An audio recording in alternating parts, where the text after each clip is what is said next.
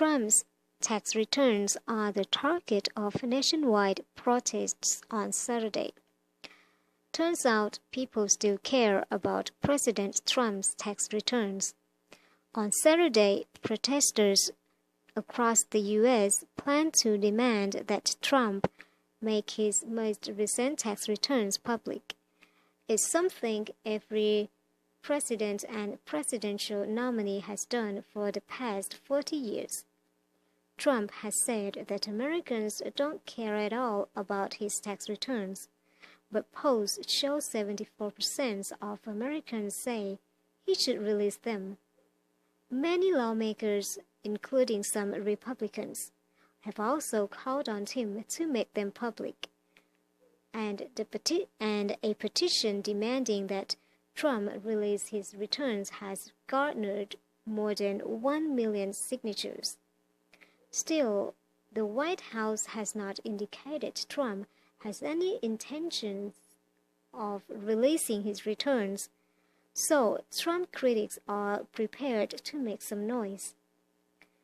We march to demand that the president release his returns, as he has repeatedly promised, but failed to do.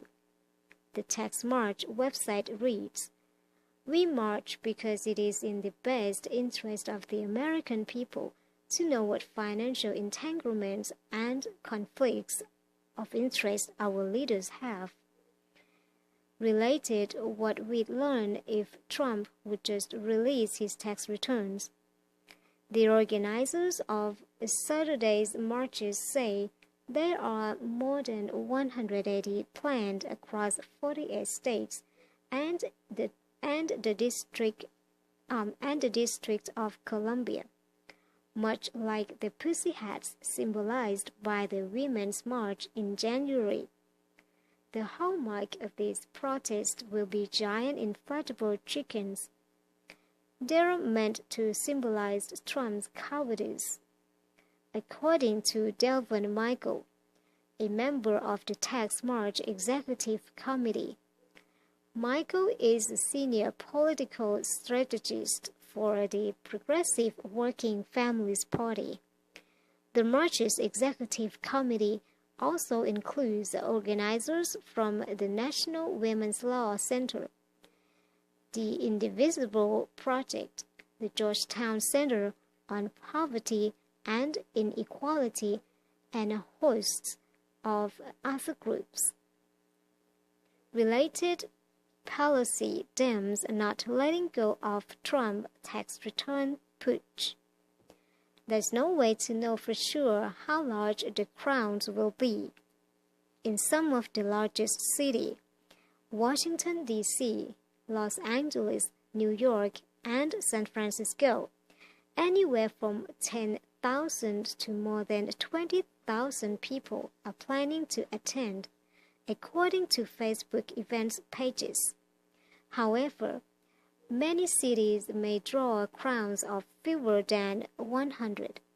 The Facebook page for a march in Savannah, Georgia, for example, shows only a dozen people planned on attending.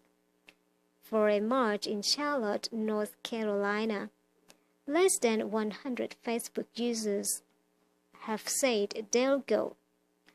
Of course, turnouts at the tax marches could surprise on the upside.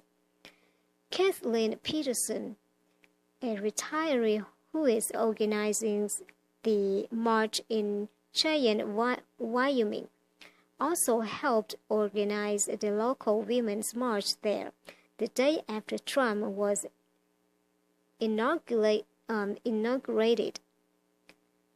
"We thought we'd be lucky if we got 200 people, and we got 2,000, Peterson said.